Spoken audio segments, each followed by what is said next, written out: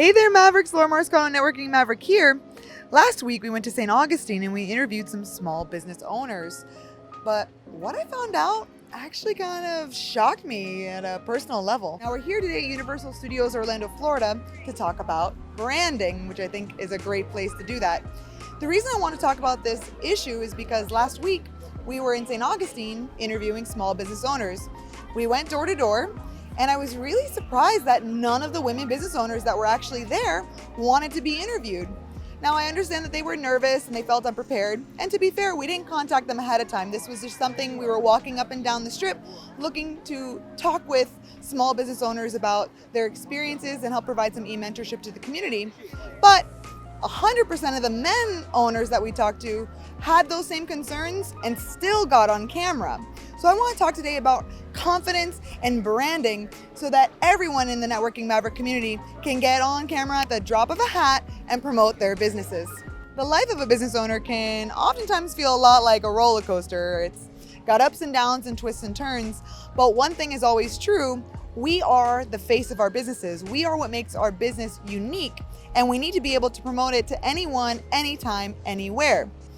Now, this means being confident with your business, knowledgeable of your market, and being able to adjust to circumstances, which will be a lot easier if you know your 30-second pitch.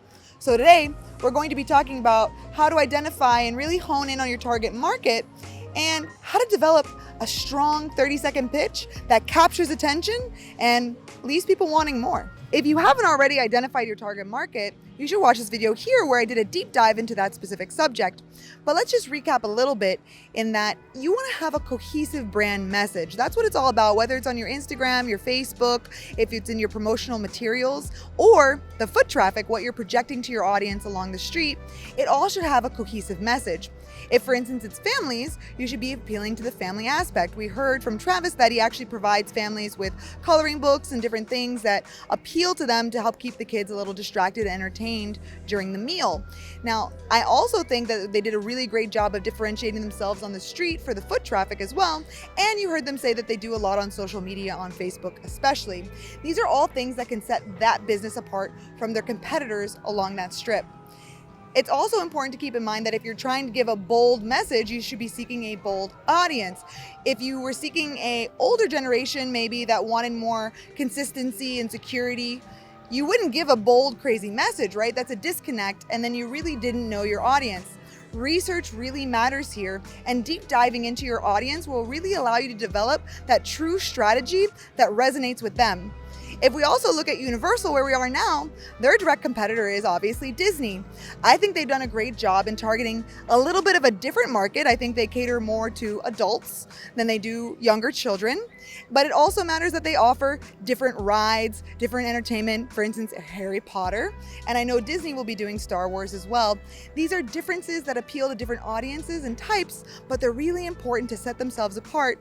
But that wouldn't be possible if they didn't do their research and really know their audiences and who they were targeting. Once you identified your target market and really know your audience, you'll be able to develop some really great marketing materials. But what do you do when you're out and someone just comes up to you and asks, what do you do for your business and what is it all about and what sets you apart?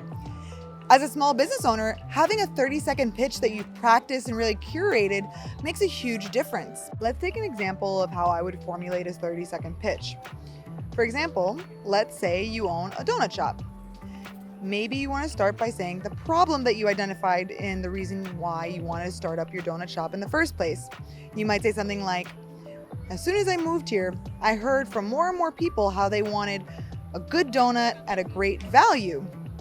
This is your problem. You've now identified the problem, you've set it up, the person knows that you're a donut shop, and the problem is that there's a lack of that in your area. These are your potential customers. You might go farther to say the next point, which is your big solution.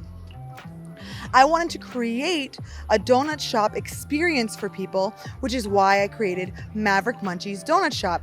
We have the normal donuts that everyone wants, but we also curate our donuts for each customer, making our donuts as individual and unique as each person that comes through our doors. Now you have a big solution. The problem solution setup for a 30-second pitch is something that's easy, allows you to memorize it and practice, and it can be used in multiple different situations. You can then tailor down the small stuff depending on who you're speaking with in that moment, but the 30-second pitch is really great to make you feel comfortable talking with anyone, anytime, anywhere. I hope you learned a little bit more about finding your audience and creating that 30-second pitch so you can feel comfortable getting on camera anytime, anywhere, with anyone. Networking Maverick out. Happy connecting.